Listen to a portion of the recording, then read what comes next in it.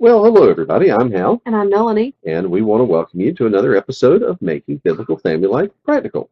Here we are in frigid, frosty North Carolina. Well, it actually wasn't really frosty, but it was cold. I'm freezing. My Well, hands have been cold all day. It's so cold, I made him put a blanket at the bottom of the door over there because it's been freezing. well, we've had And I a feel bad even saying that yeah, because it's because, all in the news about the people in the Midwest who are absolutely in glacial conditions, well, I've and got friends that hmm, it's, I got a friend who has a crack in her boiler hmm and it's negative 60 degrees outside their house. Wind uh, chill negative 60. And, that, yeah, I'm sorry, but I no. couldn't live there. we I am too yeah. big a wimp for that. I mean, I really am. Yeah, it's been a really mild winter here. It has. It's been almost spring-like for a lot of the winter so far. We had one little episode of snow, one little Dust. dusting of And snow back after that was Thanksgiving. before Thanksgiving, and I never remember that happening when I was growing up. That's very unusual. We typically Yeah, don't see anything like snow until till after Christmas. after Yeah, Christmas. Yeah, but this time of year is usually when we see snow. but yeah, Uh, it's been very warm since, and we just had this cold snap, and I guess that was an echo or something of the big cold wave that's hitting the rest of the country. But down here, it was a shock to us. So yeah, so, so do it is kind of you cool. remember when we spoke at that conference in Saskatchewan in February? Yes, we went all the way up to Saskatoon, and it was, I think the wind chill was -40 when we crossed into I think it was Manitoba. negative 40 degrees Well, it was because I remember cold. thinking that it was the same temperature on both thermometers. It is Negative cold. 40 degrees, Yes. and I would be useless. I Uh, mean, when is that? I remember stopping to throw at a gas station and just stepping out of the van to throw away a cup. mhm. And it was so cold that my bones ached when I got back in. It was so cold, our breath was freezing on the inside of the On windows. the inside, you have to scrape the inside of the window. Wow. Well, I think, Okay, so do you remember mhm, the father we met that yes. drove a soft drink truck? He drove for a beverage And distributor, we asked and him yes, what was the deal with the outside vending machines. Did they use those in the winter? Do you remember what he yes, said? because it occurred to me. I asked, "Are those heated?" And he said, "Yes, they are." And I Heated said, to get the soft drinks "Yeah, ice cold. To heat them yes, up to ice cold, y'all. yes. If you Like wanted really. an ice cold soft drink, it had to be heated up because the ambient temperature was well below freezing." And Wow. yeah, and yeah, that was a shock to the system. But I think if you live in the environment, you make the adaptation and you do things differently. You learn to cope. Is that what you're Well, saying? I remember our friends in Minnesota whose front door had like an airlock or something. There was like a Yeah. whole separate receiving room to give them a buffer between the cold outside and their nice warm living room. So Well, I, y'all I are a guess it's different. hardy people because this southerner Mhm. is quite happy to live in the South where we think at 30 something is freezing. Right. Yeah. So yeah, that's a truism. Well, look, we had an interesting comment come across recently. Somebody said, I see all the time. I see articles. People say 5 things I wish I had done differently, or 3 things that are major regrets to me in my life. Yeah. And she said, I'd like to see the other side. Is there anything that you've done that you look back now and say, wow, that worked well. I'm so glad we made that decision. That was the right choice. Could you maybe talk about that? And I thought, hey, That's that's a a good that's a idea. great idea. Let's do a positive thing. Let's talk about things we're glad we did. Well, Now that let's we do have regrets. well, Okay. And everybody, there are things that we would do differently, and there's things we've done differently with younger children. yeah, But but the decisions we made at that time with those kids and those circumstances, and I guess we probably need to say, just for a little bit of background, we have 8 kids. We've homeschooled all of them. 4 have graduated and gone on to do grown-up stuff. But we've homeschooled them from the beginning, and that's been kind of our experience. That we've got, how many years homeschooling have we had now? 25. 25. Are we on year 25 You're here? 25 this Woo! month right Woo! now. Okay, so Yeah. we have some perspective on this. Well, I tell you what. What is the first thing that you can think Well, of that before we we? say that, I want to Well, say what works for us may not work for you. Well, no, everybody's got, because yeah, everybody's family is different. That's one of the awesome things about homeschooling. yeah, That's one of the things that kind of worries me when I see everybody doing the same thing because every family is different. All the children are mhm, different, and you need to do what works for your family. That yeah, said, okay, I think one of the things I am most glad about, Hal, yeah, is that we decided to homeschool before we had kids yes, we because did. we had a lot of time to think things through and to decide on an educational philosophy. Hmm. And by the time I actually started homeschooling, I felt pretty confident. Well, we talked it all through, and we'd read the And books, and we kind of understood what was going to be necessary, and yeah, I think I think that was a really good start for us, and I'm glad that we did that. I And so, think also mhm, it helped our kids because we didn't have to go through all that uncertainty and yeah, stewing and discussing it in front of them uh, from the beginning. As soon as we started talking about school, mhm, we told them we were going to teach them at home.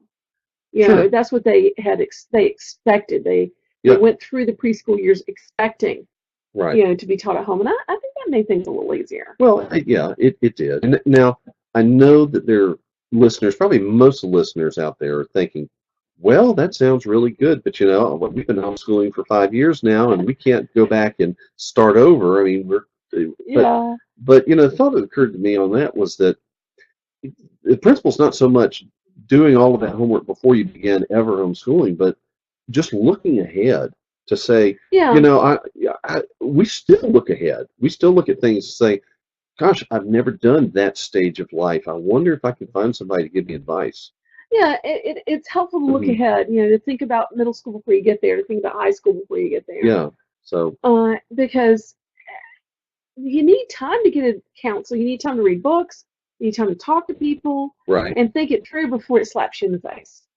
Well, okay, now that I think that is a good transition into something that I think was really important. And Okay. I'm very glad that from the very start, we got involved in a local support group.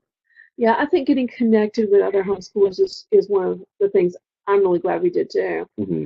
And you know, now you can connect very easily online, and you ought to, Sure. because sometimes you need encouragement in the middle of the night or late at night, or there's somebody or you need people who are dealing with the same issues you're dealing with, Right. and there might not be anybody locally that has the same kind of special needs in your family or whatever, Yeah. but you need some face-to-face people too, Hmm.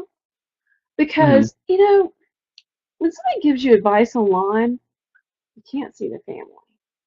Well, I remember one group that we got involved with that had a very good idea about that. They said, well, in order to post things in the discussion group, you have to have at least had this many children.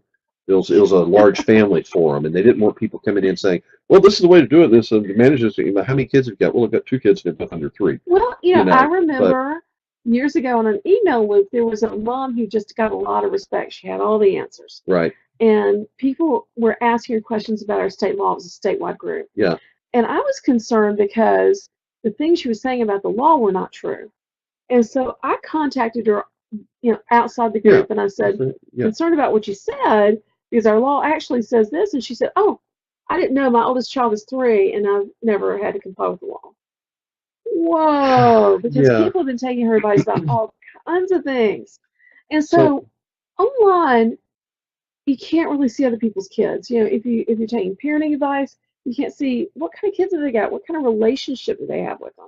And yeah, so there's a lot to be said for knowing people face to face in in IRL, in real IRL, life. yeah, I think that's a really important. And it was easier to do that when we were just starting out because the great explosion of information online hadn't happened yet. And frankly, if you wanted information, you you got You had to know somebody. most of it you got face to face. I mean, there wasn't this world of information available But like it is now. but also how that's kind of a problem today because people have information overload. There's information everywhere, Mhm, and they don't feel the need to connect so much face to face, but they still need to. Yeah, yeah, because the need to get that information drove us out of our homes. And it's hard when you got little kids. yeah, Take you 2 hours to get anywhere. You got to yeah, get everybody's shoes on. Baby Hmm. needs to nurse, and the baby needs a new diaper is after they nurse, and Yeah. then some child's gone and gotten a snack and gotten food on them, and you got to Yeah. change their clothes. Right. And so it took a lot to get us out. And it's important to have And people that understood what you were dealing with. well, and it It's still like, is because, hmm, when you're sitting at an event together and your kids are acting like maniacs and you're so embarrassed, everybody else's kids are acting like maniacs too. yeah. And you say, boy, this has been a rough week. Hmm. And somebody says, a rough week to me too. I bet it's because it's rained all week and we haven't been able to get outside and play. And you say, Oh, oh, it's yeah. not me. That's, I'm not yeah. a failure as a parent. Perspective. So you need outside perspective sometimes just to help you get your eyes out of your own trench. And you need people that you know IRL Hmm. so that you learn, so that there's a level of trust, Yeah.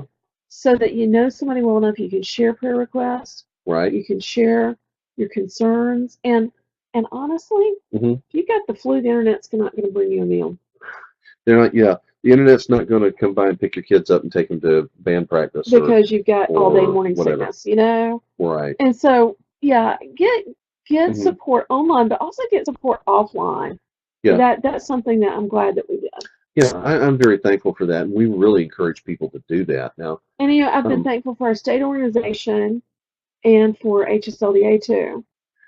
and they have a different mission. The state organizations are the ones that really keep an eye on the legal situation, and they're the ones who are there to defend our liberty to homeschool without Yeah, undue in our interference state, in our own personal they also states. sponsor a homeschool conference every spring that is Yes, one of the very best things we've ever done is go to homeschool conferences. awesomeness. Yes, we Yeah. love them. But So, HSLDA is good hmm, because you've got, if you have a legal question, you can pick up the phone and call. hmm. If you ever have a legal problem, you can call them and you've got a lawyer to represent you without having to worry about it. And we've never ended up in court over anything We've we've never done, had any but problems, but any legal problems. I've known people who did. and we have been able to call them with confidence when we had a question, we were concerned about something, to say, hey, Yeah. how is this going to be interpreted? How is this is supposed to be managed? And they can give us a lawyer's perspective on it. Yeah. But it's you have that confidence, and that's, yeah, we're fans of that. We're fans of Homeschool Legal Defense Association, which is hsLDA.org. If you Yeah, are and you can interested. find your state homeschool organization Mhm. by just typing the name of your state, Yes. homeschool, and it's usually one of the top Mhm. results on your search engine.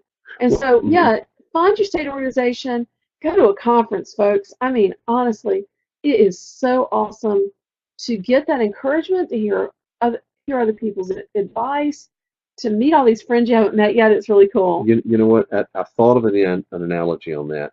We can run our Spotify account. We've got our downloads. We've got our CDs in the car or whatever else.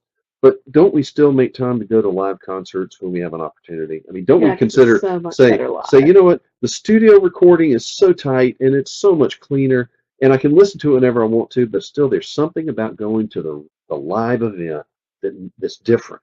And And that's that is very much so what true of homeschool very much what a conferences. home, because you say, I've read all this guy's books, I know what he's thinking about, I trust him already. But to actually be there and hear him and maybe even ask questions, that'd Oh, be a I great love talking opportunity. to people after we speak at homeschool Oh, it's conferences. awesome. Yeah. So, Answering the questions, talking to them, it's one of my favorite things to do. uh, You know what, Hal, we need yeah, to stop for just a second and yes, give a moment to our sponsor, who right, is so graciously sponsoring our podcast this week. yes. And when we come back, we have several more things we'd like to share with you, and we want to encourage you to really think about if you haven't tried some of these things. So we'll talk with you on the other side, and we'll see you in our next segment.